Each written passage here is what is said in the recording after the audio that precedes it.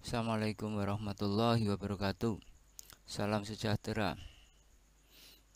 Pertemuan kali ini kita akan membahas cara menghafalkan rumus jurnal umum akuntansi perusahaan dagang. Selamat mengikuti. Jangan lupa subscribe, like, and share. Kita mulai pembahasan pertama.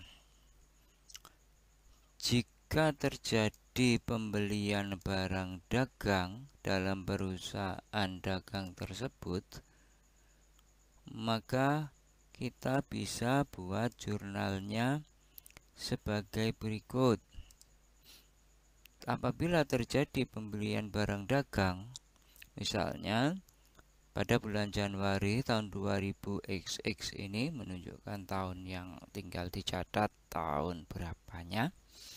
Kemudian pembelian barang dagang kita ketahui ada secara tunai, ada secara kredit.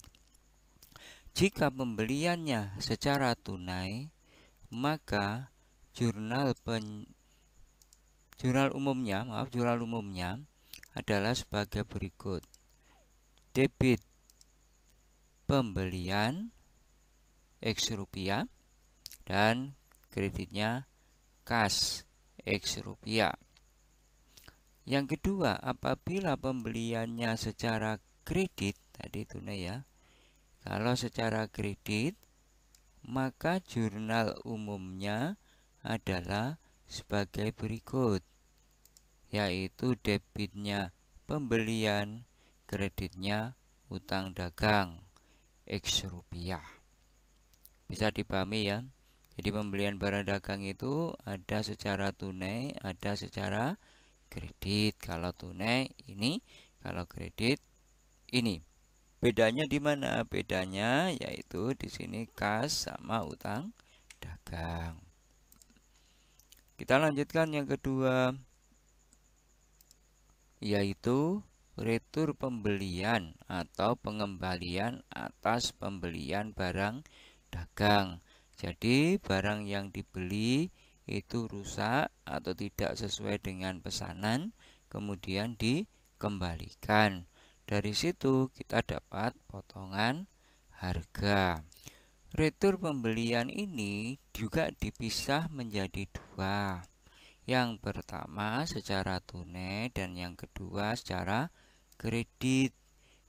Jika retur pembeliannya adalah akibat dari pembelian barang dagang secara tunai, maka jurnalnya seperti ini, yaitu debitnya kas, kreditnya retur pembelian dan pengurangan harga sekian rupiah XX.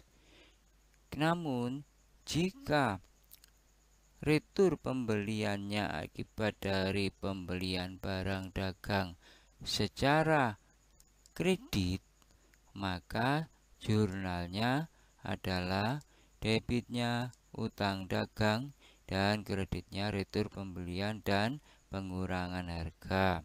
Perbedaannya adalah di sini, kalau ini di debitnya kas, ini di debitnya utang dagang.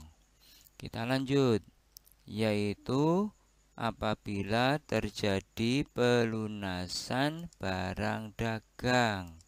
Nah, pelunasan barang dagang itu ada dua macam jurnalnya.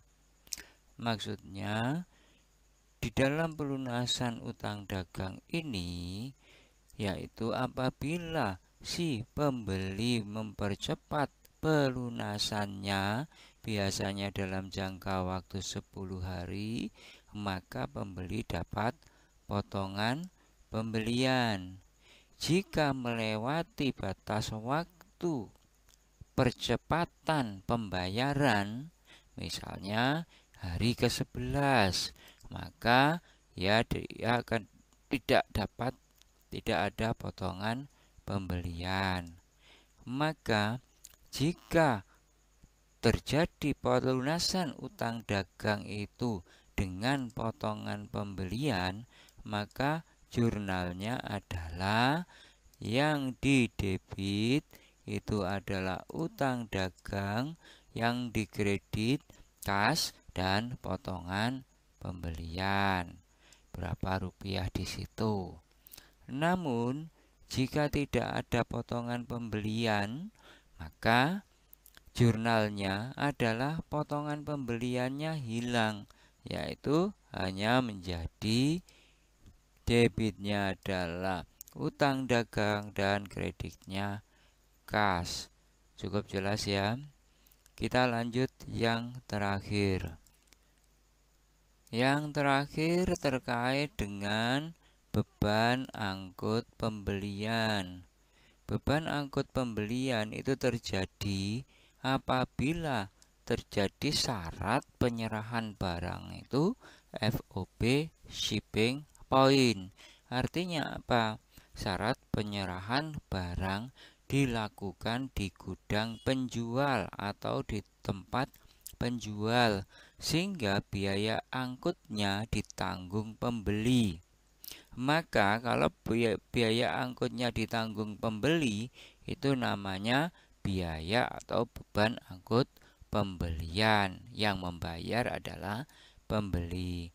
Maka jurnal dari beban angkut pembelian adalah yang didebit beban angkut pembelian dan yang dikredit kas, nilainya X rupiah. Nah, jadi pada seri yang pertama ini, maka ada berapa jurnal yang kita bahas, yaitu 4 transaksi jurnal. Yang pertama, kelompok pembelian barang dagang ada secara tunai dan kredit. Yang kedua adalah pengembalian atau retur pembelian barang dagang, yaitu secara tunai dan secara kredit. Yang ketiga yaitu terkait dengan pelunasan utang dagang, maka ada 2 kemungkinan jurnalnya, yaitu ada potongan pembelian dan tidak ada potongan pembelian. Dan yang keempat adalah beban angkut pembelian, yaitu terkait dengan beban angkut yang ditanggung oleh pembeli. Demikian anak-anak, terima kasih atas kesediaan Anda dalam menyimak rumus jurnal umum akuntansi perusahaan dagang untuk seri yang pertama. Kita tunggu seri yang kedua. Jangan lupa subscribe, like, and share. Assalamualaikum warahmatullahi wabarakatuh.